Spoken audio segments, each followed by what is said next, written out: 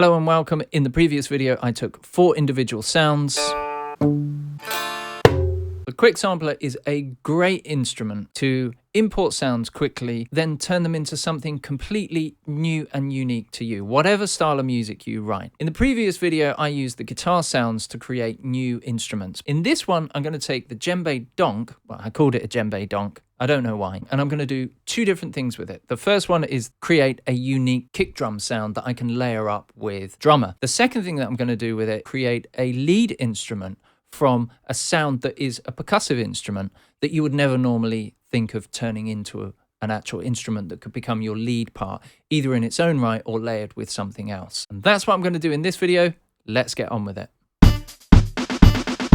So if I grab the Djembe DONK, drag it onto the quick sampler, optimized again, I'm going to go to snap, I'm going to zoom in, and the way you zoom in is you hold Alt, grab the handle there, and you see it snaps straight onto that transient, which is really handy. Give a slight fade in on this, just so I don't get any clips at the other end. I'm also going to do a slight fade. So what am I going to do with this djembe sound? Well, the obvious thing would be to just use it as a djembe. But it's not going to sound very good because there's no way I could get any decent hits because it's just one hit. It's not a multi-sample. So what I could do is I could immediately create a kick drum sound with this. And the first thing I could do is just maybe re-pitch this. So first of all, let's create a kick. And the way that I'm going to do that is by simply playing around with the amp envelope. I'm going to add the filter cutoff. I'm going to bring the drive right up, and I'm also going to bring the volume up. That'll give me a nice amount of gain on there. Sustain portion, I'm going to bring that right down. And then all I'm going to do now is just move the decay time until I get a nice kick. And of course I could fine tune this with the filter. I could do a whole host of other things using LFO and the pitch and stuff like that. But I think I'm just going to keep this as is. Now I've got my rough sound. What I can do next is to just fine tune the kick, play around with the release time on the envelope, fine tune the cutoff and the drive, and maybe even the pitch. Now what I'm going to do is I'm going to bring the handle in, and I want it to last slightly longer. I'm going to make use of the fade.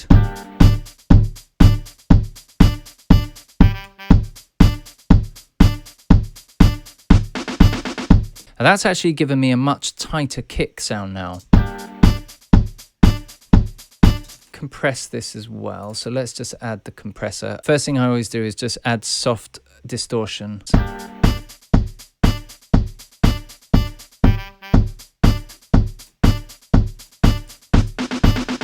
Try some of the other compressors. Mix this out.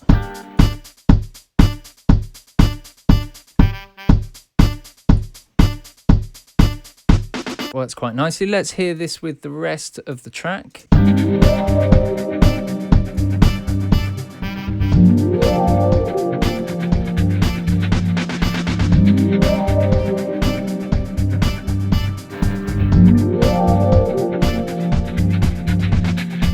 I think I'm totally clipping the stereo out, but because we're in 32-bit floating point, it doesn't matter until we render. Let's hear the Djembe DONK with and without the music.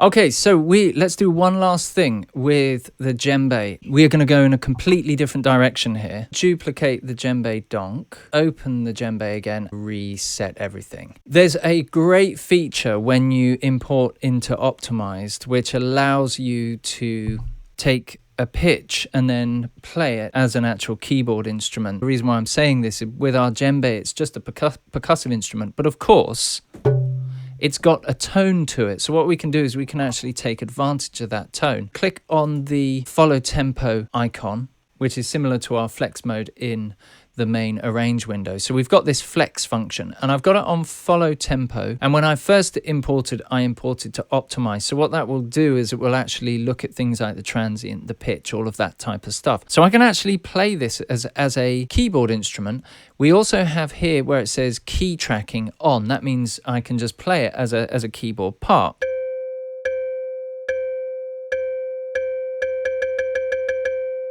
Here's the djembe in the middle, but if I go up a few octaves, bear in mind this is just one note.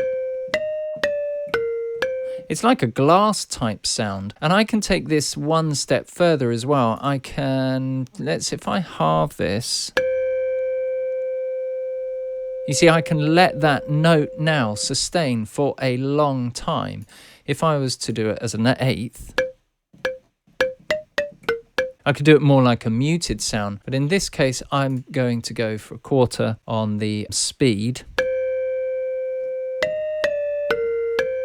And now what I've got is a pitched instrument, which I can take advantage of. Let's just add a short melody.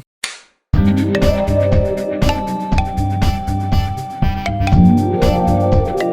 gonna have to move the microphone to get to the keyboard up here.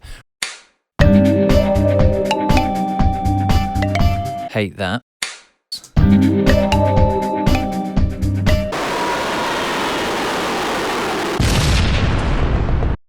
Try this.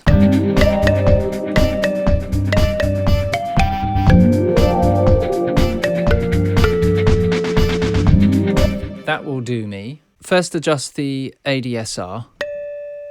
So I get a longer decay. Lengthen the attack. Much prefer that.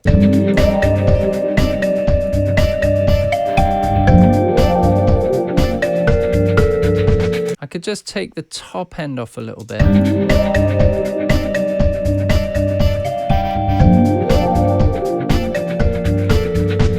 So now we can actually start to have some fun with this. We can add some various effects. Let's add some tape delay. And I'm going to add in my favorite preset, which is called Ultra Dub.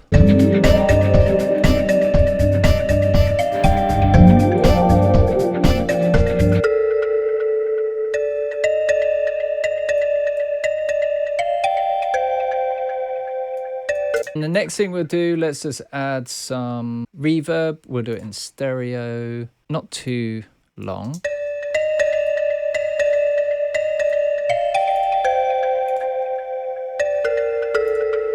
Why not, just for fun, the pedal board, go for the whammy.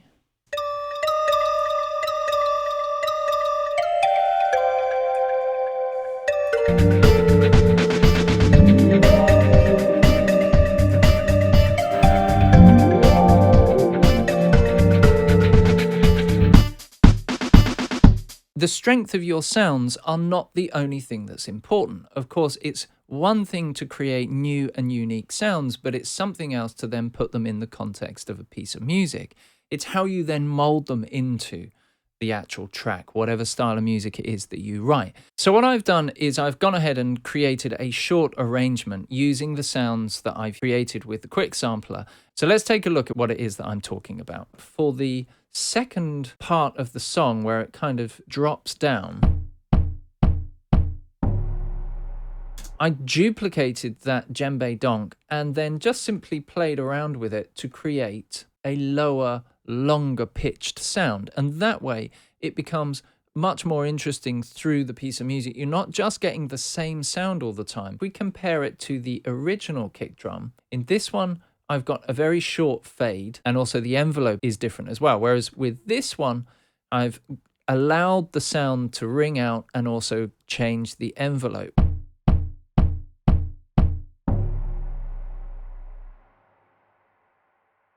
So I've got my first lead sound, which is the djembe donk that was created earlier on. And then the second thing that I've done is add a solo trumpet from Studio Horns, which actually sounds quite good. Bit of reverb and that's it, away we go. And all I've done is I've played a melody that takes over from the djembe donk, then the music drops down, and then at the end of the song, both the djembe donk melody sound and the Studio Horn sound play together either in a kind of a counter melody or complementing each other as it moves towards the end of the song. Now, there is one other thing that I want to show you as well, which I think is something very interesting, and that's what I call happy accidents. Now, happy accidents are where you hear sounds that you weren't expecting. In the verse, we've got the pad sound that I created with the quick sampler.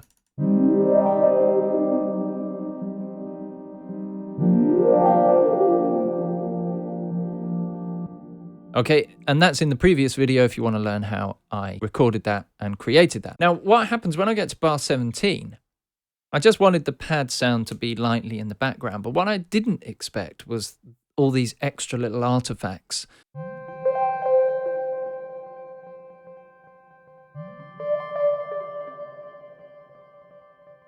One of the reasons why you might want to play around with something like the quick sampler is not because it's the sounds that you're actually trying to create. It's the unintended consequences of messing around with sound. You stumble upon things that you weren't expecting, and those are the things that then become those unique gems that take your music to another level.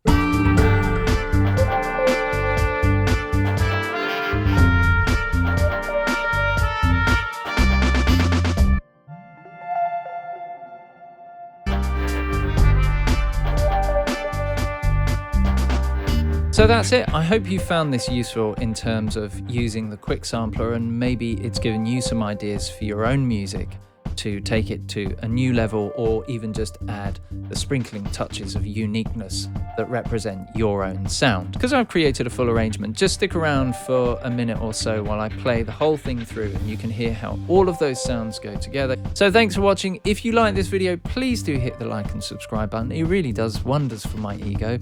And I'll see you in the next video soon. Thanks for watching. Cheers.